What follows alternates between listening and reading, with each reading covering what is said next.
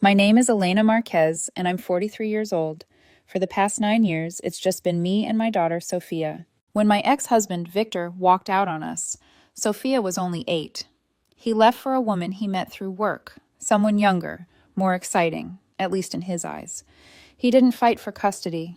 He didn't even pretend to want weekends or holidays. He simply shrugged off the weight of fatherhood like it was a jacket that didn't fit him anymore. And I picked up the pieces. I worked long hours as a construction project manager, hauling overtime shifts to make sure Sophia never felt the gaping hole he'd left. Westfield Academy, one of the best private schools in our state, I paid for it. $32,000 a year, a brand new car for her 16th birthday, a white Lexus she swore made her fit in with her classmates, trips, tutors, summer programs, the gaming laptop she just had to have. Not because I was rich, not because I wanted to spoil her, but because I wanted her to feel chosen. That despite everything, her mother would move mountains to give her the life she deserved.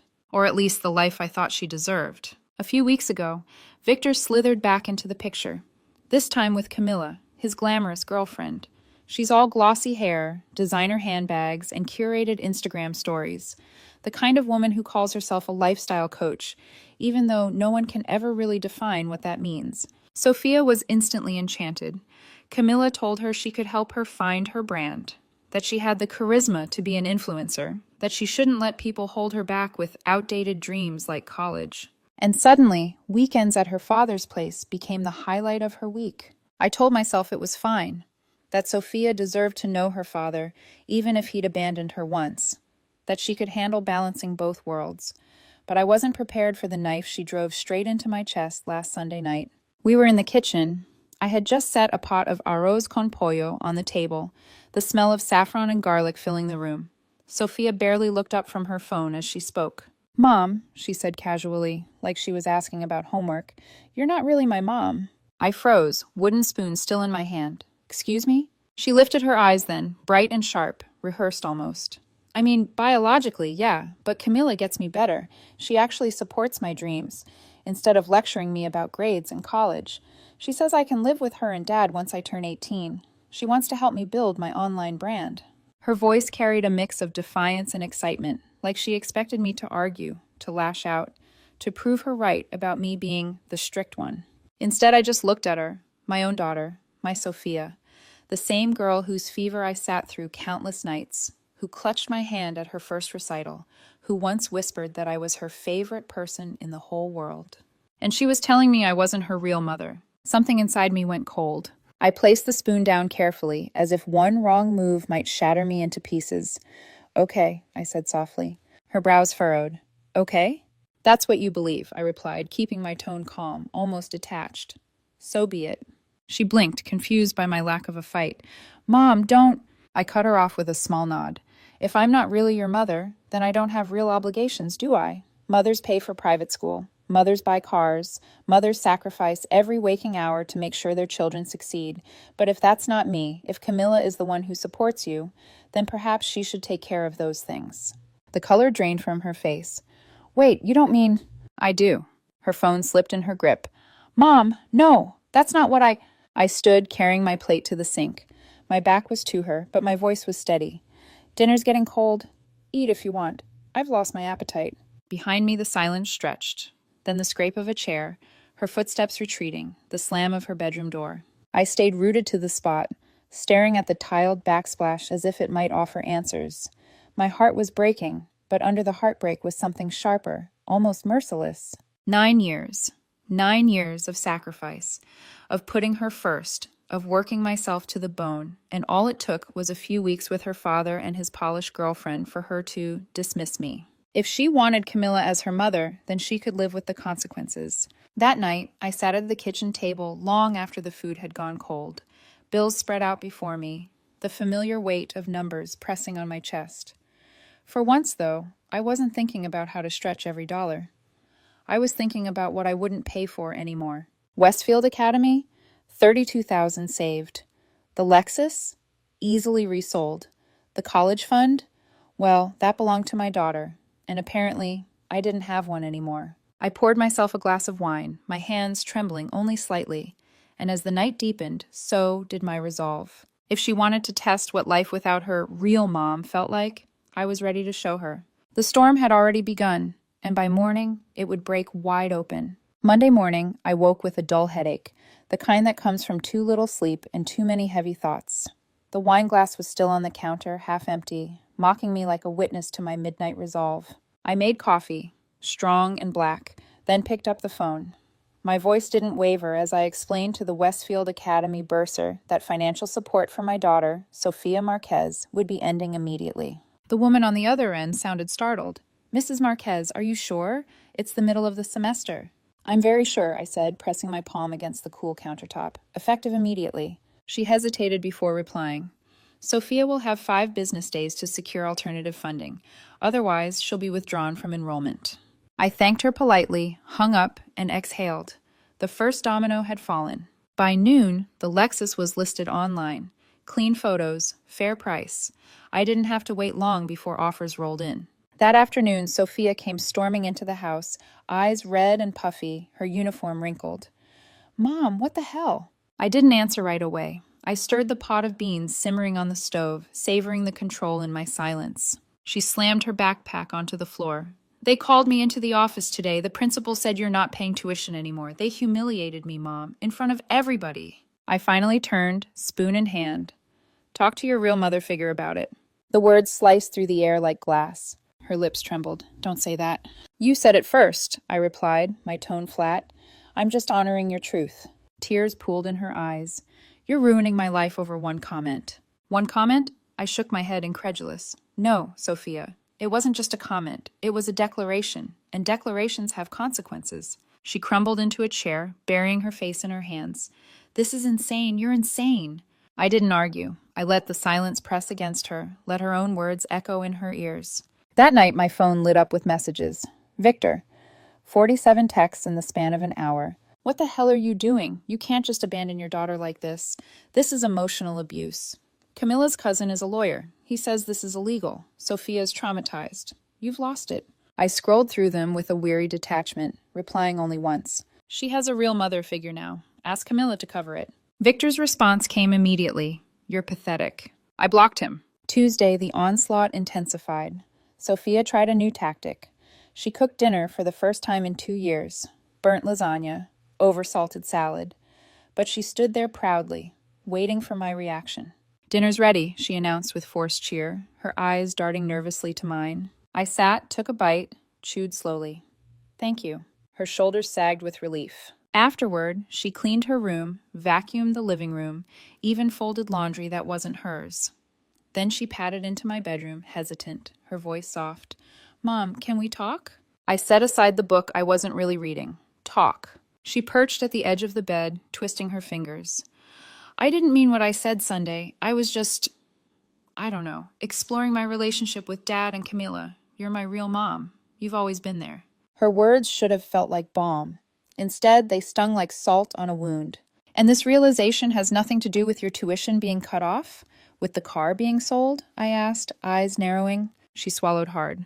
"No, of course not." "Uh-huh." I let the silence stretch until she looked away, shame coloring her cheeks. Finally, I said, "I won't be manipulated, Sophia. Not by love bombing, not by guilt, not by theatrics. You made a choice. You can live with it." Her voice cracked. "Mom, please." I cut her off. "Go to bed." She flinched as if I had struck her, then bolted from the room. The slam of her door echoed down the hallway like thunder. By Wednesday, Victor escalated from texts to theatrics.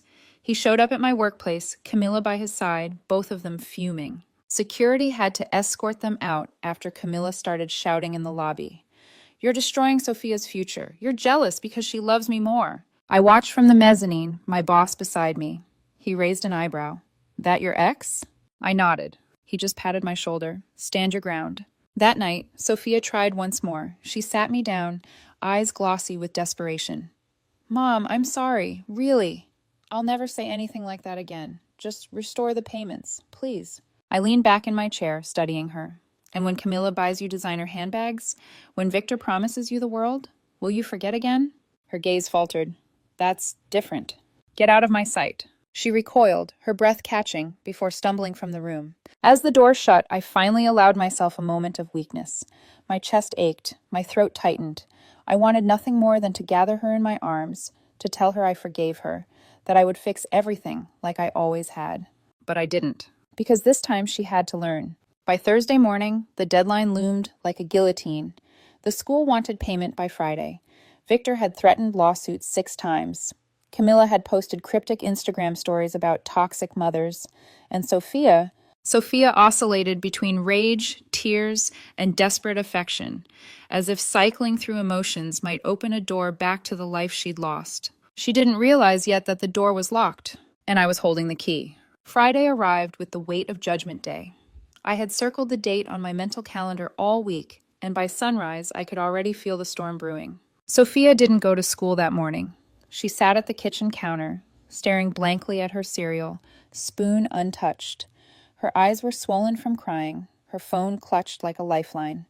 Every few minutes it buzzed. Victor, Camila, friends from Westfield, and every time she flinched. Around noon, the doorbell rang. I opened it to find Victor standing on my porch, arms crossed, his jaw tight. Beside him, Camila, in oversized sunglasses despite the cloudy sky. And behind them, an older woman I didn't recognize. Stern eyes, silver hair pulled into a bun, the type of posture that screams judgment.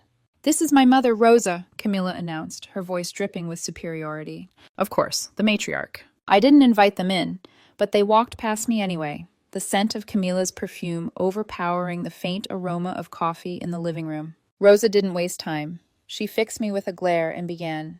"In our family, Elena, we don't abandon children over words. My daughter is trying to guide Sophia into adulthood, and you—" I held up a hand. "Your daughter? Camilla isn't Sophia's mother." Rosa's chin lifted. "She is stepping into the role that you're clearly failing." Victor added, "Elena, come on, you're being petty. She made one mistake." "She's 17, I countered sharply. 17 is old enough to know what words mean. Old enough to call me not her real mom. If she's old enough to say it, she's old enough to face the consequences." Camilla removed her sunglasses, revealing eyes blazing with indignation. "You're jealous. Sophia loves me. I encourage her dreams instead of suffocating her with your outdated ideas about college. That's why she respects me more." I let out a bitter laugh. "Respects you? Is that what you call it when a teenager parrots your nonsense about branding and followers? Respect doesn't pay tuition. Respect doesn't put gas in the Lexus. Respect doesn't build a future." The room went quiet, just the ticking of the wall clock between us. Finally, Victor cleared his throat. "Look, Elena, I know Camilla's not you, but if Sophia sees her as a mother figure, you should accept that and not punish her." "Punish?" I asked, my voice calm but cold. "You wanted to be her hero for a weekend. Camilla wanted to be her cheerleader. Fine, heroes and cheerleaders pay tuition, right? So where's the check?" Rosa gasped. "How dare you?" "No, how dare you?" I shot back, my patience unraveling. "You lecture me about family values when your daughter's playing dress-up as a parent. If Camilla is the better mother, let her pay $32,000 a year. Let her put her name on the Lexus title. Let her open her bank account for Sophia's future." Camilla's face tightened. She opened her mouth, then closed it again. That was answer enough. "Get out," I said, pointing toward the door. Victor tried one last attempt. "Elena, please, think of Sophia's friends. Her life is at Westfield. You're destroying her senior year." "No," I replied, voice steady. "She destroyed it when she decided I wasn't her mother. I'm simply adjusting my financial priorities accordingly." The silence was thick, suffocating. Then, with a dramatic toss of her hair, Camilla turned and stormed out, Rosa trailing after her with muttered insults in Spanish. Victor lingered just long enough to shake his head at me, disappointment painted across his face, before slamming the door behind him. I stood in the middle of the living room, trembling with adrenaline, when I noticed Sophia. She had been listening from the hallway, her expression stricken. "Mom," she whispered, but I walked past her without a word. That night, the real explosion came. Sophia, in her fury, took to Instagram. She posted a long caption under a moody black and white selfie, accusing me of being a toxic narcissist who can't handle rejection. She claimed I was financially abusing her, that I had abandoned her for my own ego. She tagged Victor, Camila, half her extended family, even some of my coworkers. By morning, the post had gone semi-viral in our community. Over 1,000 likes, hundreds of comments. Most of them roasted her. Bro said his mom wasn't his mom and thought the bank would still stay open. Actions have consequences. Welcome to adulthood, princess. Team Mom, respect to Elena. But sprinkled among them were vicious attacks against me. Heartless. Cruel. A mother should never do this. Shame on you. My phone buzzed nonstop with messages. Some supportive, many not. My brother Carlos texted, "Saw the post. Want me to clap back?" I replied, "No, let her cook." But the damage was already done. The humiliation was public now, out in the open. Sophia couldn't take it back. By Sunday, the school made it official. Westfield Academy processed her withdrawal. She'd be enrolling at Jefferson High, the local public school. When I told her, she erupted. "You're sending me to Juvenile Hall High," she screamed, tears streaking her face. "Do you know what Westfield kids call that place? It's where futures go to die." I folded my arms. Sounds like a personal problem. "I won't get into Columbia now. My record is ruined." "Talk to Camilla," I said calmly. "Maybe she knows someone in admissions." Her fists clenched at her sides. "Stop saying that. You're my mother." I looked her in the eyes, unflinching. "No, I'm just some woman you're biologically related to. Your words, Sophia, not mine." She stared at me, mouth open, before crumpling to the floor in sobs. The sound pierced me, but I didn't bend. Not this time. Because humiliation has a way of teaching lessons words never can. And Sophia was finally beginning to learn. By Monday morning, reality had landed squarely on Sophia's shoulders. No more Westfield Academy. No more designer car parked in the driveway. No more illusion that Camilla and Victor could provide the golden life they promised. She pulled on the Jefferson High uniform with the same look someone wears when headed to prison. "Mom, do you know what Westfield kids call Jefferson?" she muttered. I sipped my coffee. Enlighten me. "Juvenile Hall High," she spat bitterly. "Everyone knows it's trash. You've destroyed me." I met her eyes across the table. "No, Sophia. You destroyed yourself the moment you decided words didn't matter. You chose Camilla, you chose Victor, and now you live with it." Her spoon clattered against the bowl. "I hate you," she whispered. I didn't flinch. "Good. Hate me, but learn from this." She stormed out, slamming the door. That night, I found a folded note slid under my bedroom door. "Mom, I messed up. I know I messed up. Dad and Camilla filled my head with things, telling me you were too strict, that you didn't want me to succeed, that you were jealous. I believed them because I wanted to. But I see now, they can't give me what you can. They can't even afford their own rent without help. Camilla promised me dreams she couldn't deliver. I know I don't deserve your forgiveness. I just want you to be my mom again, my real mom." I sat on the edge of my bed, reading it over and over. My chest tightened. Was this genuine, or just another ploy, because the walls of her fantasy had caved in? I didn't answer her, not yet, because the cracks in her fairy tale were just beginning to widen. 2 days later, the phone rang. It was my lawyer friend, Keith, chuckling before I even said hello. "Elena, you'll love this one. Victor, filed an emergency petition claiming you're financially abusing Sophia by pulling her from private school." I nearly choked on my tea. Financially abusing her? "Yeah," the judge laughed it out of court. Said, "Private school isn't a necessity for a 17-year-old. Case dismissed." I couldn't help it. I laughed until my stomach hurt. For the first time in weeks, the weight on my chest lifted. Victor hadn't given up, though. By Thursday, he was back at my door with Camilla trailing behind, both of them looking worse for wear. Camilla's glossy veneer was cracking. Her makeup couldn't hide the dark circles under her eyes. Her nails, once immaculate, were chipped. She stood with her arms crossed tightly over her chest, lips pressed in a thin line. Victor did the talking. "Elena, you've proven your point. Sophia's miserable. You've humiliated her. You've destroyed her future. Are you proud?" "I'm not proud," I said evenly. "I'm resolved." Camilla snapped then, her voice shrill. "Do you know what you've done to me? To my brand? Sophia was supposed to be part of my image, the perfect stepdaughter, the proof that I could balance family and success. Now she's in public school? People are mocking me." I raised an eyebrow. "Ah, so this was never about Sophia. It was about your brand." Her face twisted, ugly beneath the layers of foundation. "You ruined everything." Before I could respond, a knock sounded at the door. 2 men in suits stepped up the porch. "Are you Camila Alvarez?" one asked. Her eyes darted between them, confusion giving way to panic. "Yes, why?" "Ma'am, we have a warrant. You're under investigation for fraudulent business practices, specifically selling counterfeit beauty products under the guise of pharmaceutical-grade skincare." The blood drained from her face. "What? No, that's ridiculous. This is a mistake." But the officers were already reciting her rights. Victor's jaw fell open. "Wait, hold on, you can't, she didn't..." They led Camilla down the steps as neighbors peeked through curtains. The polished influencer who once strutted through life like she owned it was now handcuffed, her brand unraveling in real time. I leaned against the doorway, arms folded, watching the spectacle with a calm I hadn't felt in weeks. Victor spun back toward me, rage twisting his features. "This is your fault. You drove her to this with your vindictive crap. If you just paid Sophia's tuition, Camilla wouldn't have been under so much stress." I barked out a laugh, sharp and humorless. "So, let me get this straight. Camilla committed fraud because I stopped paying for private school? That's Olympic-level mental gymnastics, Victor. Maybe you should try for a medal." He sputtered, but the words died in his throat. He had nothing. Sophia appeared in this hallway then, her face pale, eyes wide. She'd seen it all. The police, the handcuffs, her father's pathetic excuses. The fairy tale was shattered. Later that night, she knocked softly on my door. Her voice was small. "Mom?" I didn't answer right away. I wanted her to sit in the silence, to feel the weight of everything she'd chosen. Finally, I said, "Yes, Sophia." She opened the door, tears brimming. "I don't want to stay at Dad's anymore. Please. I don't feel safe there." I studied her. The trembling hands, the broken voice, the fear that wasn't just teenage dramatics but genuine realization. For the first time in weeks, I saw my daughter. Not the entitled, sneering teenager parroting Camilla's nonsense, but my little girl again, scared and small. I didn't embrace her, not yet.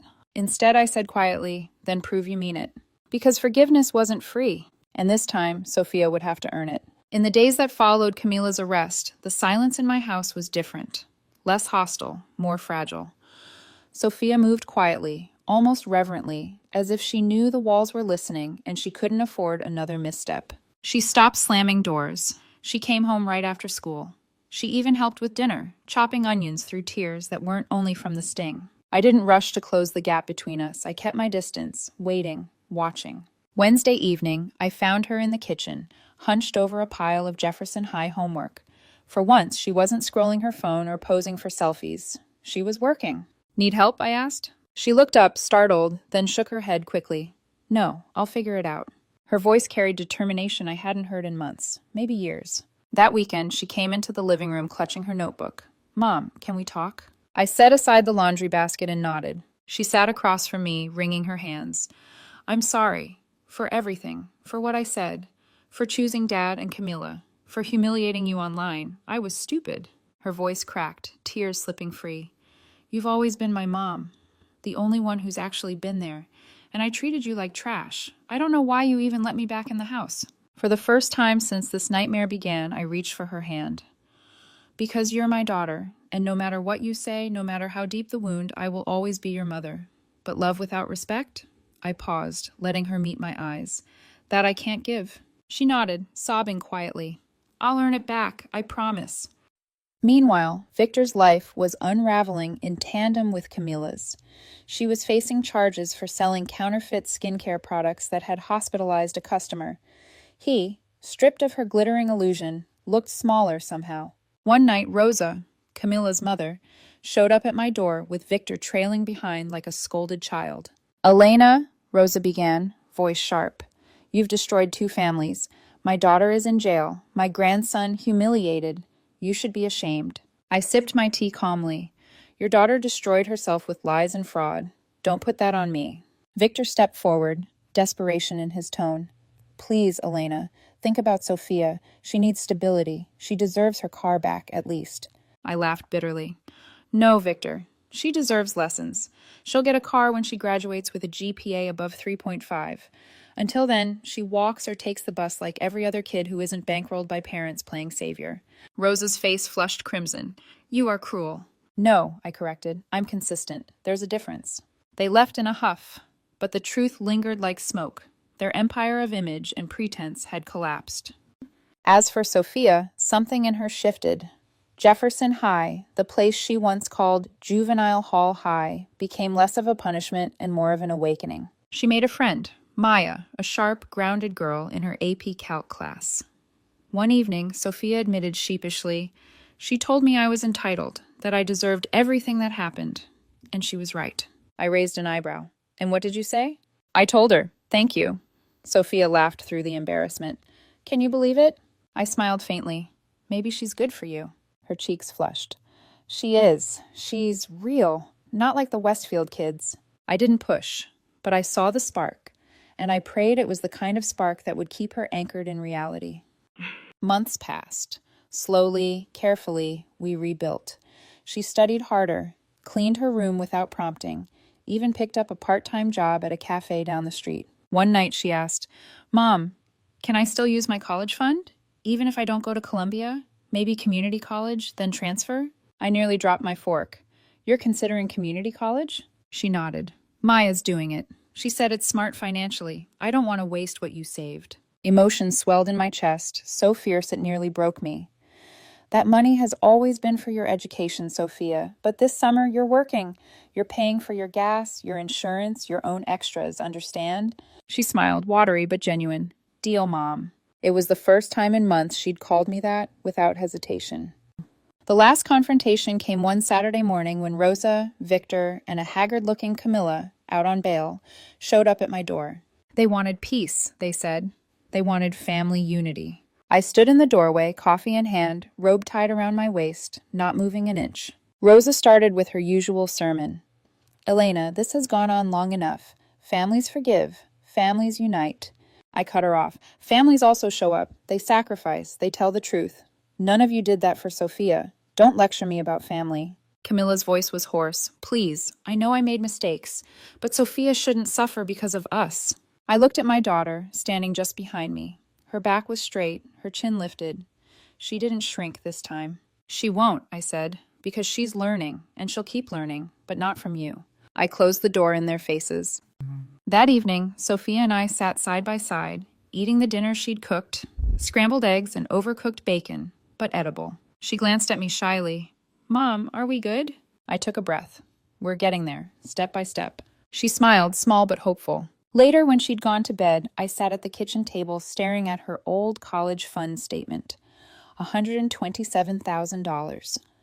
I could buy the motorcycle I'd always dreamed of, or I could keep it safe, waiting for the day Sophia truly earned it. I closed the laptop and poured myself a glass of wine. I hadn't won anything. I had simply stopped losing. And in that quiet, fragile peace, I realized sometimes the hardest part of being a parent isn't the sacrifices. It's knowing when to stop making them.